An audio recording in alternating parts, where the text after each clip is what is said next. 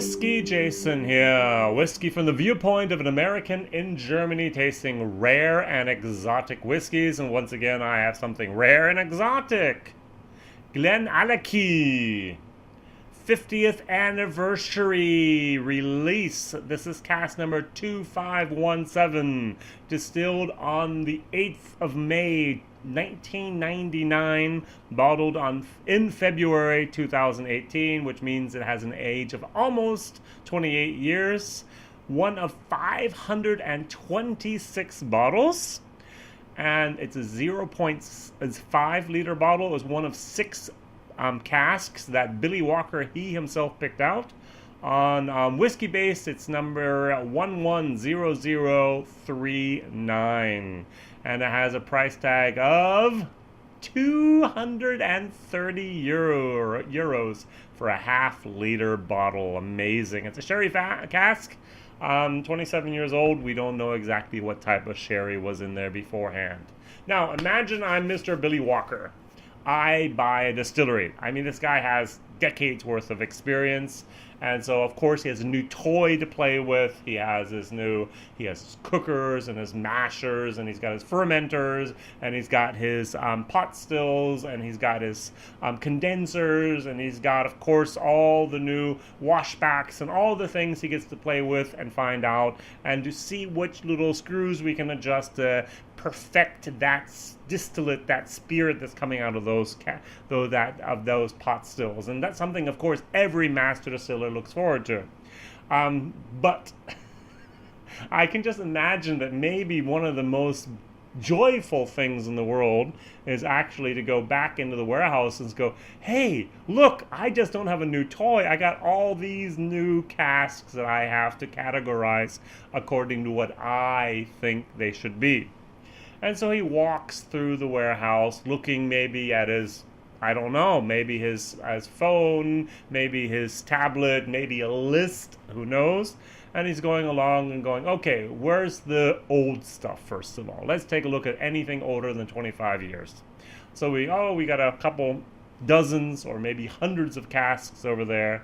And then he goes, oh, look here, I'm going to pick out 6 of those best casks, and I'm going to release them as a 50th anniversary release. And they're going to be in little tiny bottles, 0.5, so I can send them to the States and also here in Europe. No problem there. They're going to be highly, highly sought after and very, very expensive. And then I'm going to wait a couple months, and then I'm going to actually release the core range, which consists of, I think it's a 10-year-old cask strength, a 12-year-old, a 15-year-old, and a 25-year-old. So this is the 25-year-old GlenAllachie. It's bottled at 48%. Bravo, Billy. Not 46, 48. And I'm just going to pull out the bottle here, and you can take a look at it. I'm not going to compare the two today. I'm so sorry.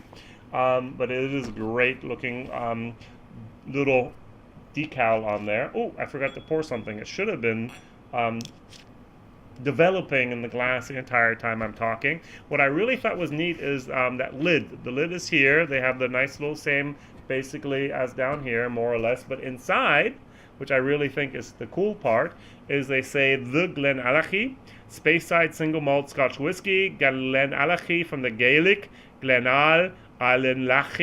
I'm pronouncing that in the worst possible way, I know. Meaning Valley of the Rocks. The geology here is dominated by ancient rock formations, not any old stone, not any old whiskey either. Nah, the marketing didn't do a great job there. I'm sorry. And so we're just going to put this away for the moment, but I did want to show what they did. And so they did have enough barrels of 25-year-old to actually put this out in part of its core range.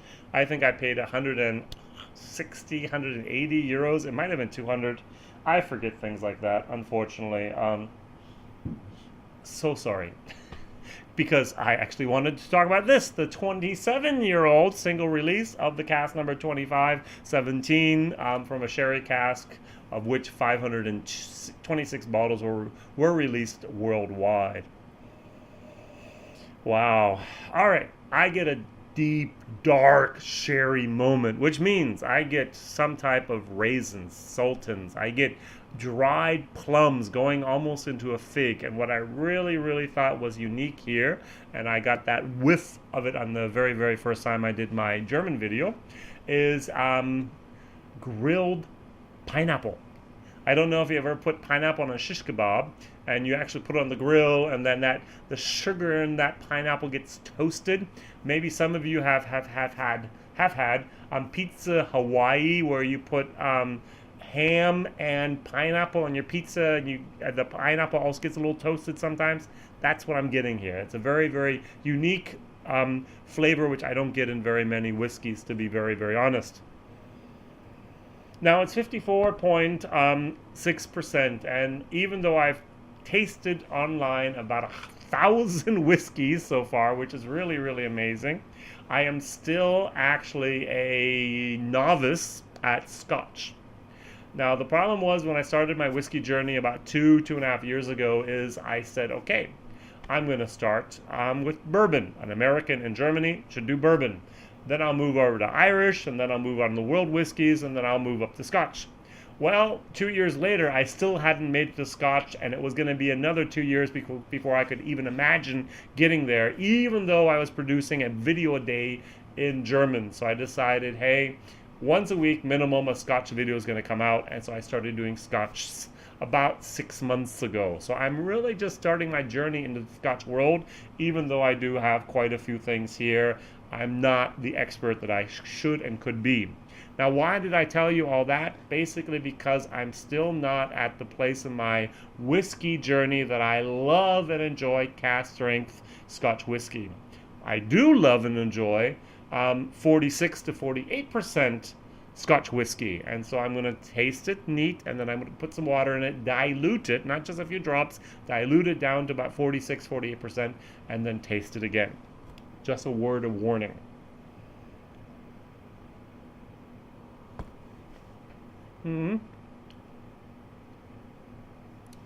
It's fairly luscious. That's a good word.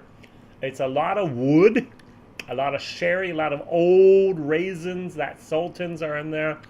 I'm going to repeat myself with that baked pineapple. It really is a very unique flavor that I have not had in many of my whiskeys before. But for some reason, GlenAllachie gets it very, very a very extreme amount of it. All right, I'm going to dilute it down on purpose. The legs are nice, but not really spectacular. Oh, this opens it up. I get some orange peel even. I get a little bit of the not the German marzipan type of Christmas cake. I get some type of that British Christmas cake, that pound, that heavy, where the jellied fruits are in it. Get a little bit of barrel char,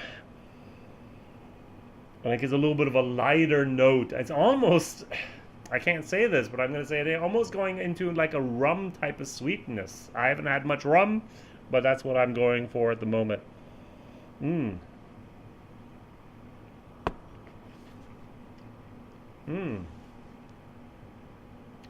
What really amazes me is the amount of oiliness that is in my mouth, even though I diluted it down to about 46%.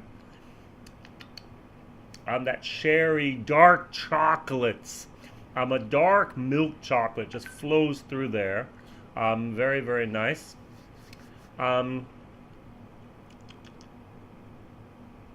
Yeah, a great thing. Nothing new. I still get the raisins. I still get the sultans. I still get the sultan. The sultan of rock. I still get the baked pineapple and so on. It's a good, solid whiskey. It's a B+ whiskey.